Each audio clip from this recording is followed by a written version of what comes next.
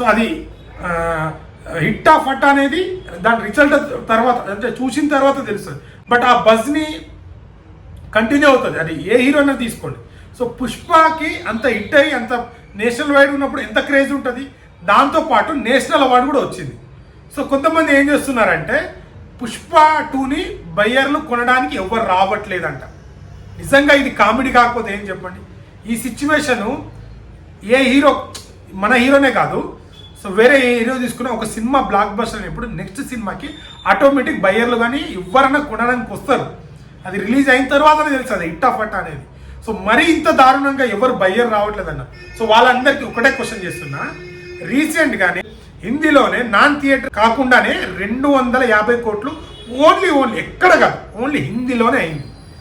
ఇంకోటి ఏంటంటే మైత్రి మూవీస్ వాళ్ళు 990 కోట్లు ఎంతనో వస్తే దాన్ని